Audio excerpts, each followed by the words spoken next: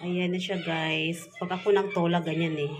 Ilalagay ko muna lahat ng ng mga panakot dyan. Hintayin kong kumulo. Tapos, ayan, maluto na siya.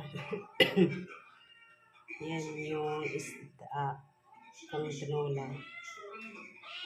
Ayan yung isda ko guys. Isipin mo yan ha. Dalawa lang yan. Kaya naging tatlo kasi hinati ko. 220 na yan siya. O isipin mo, dalawang isda to 20.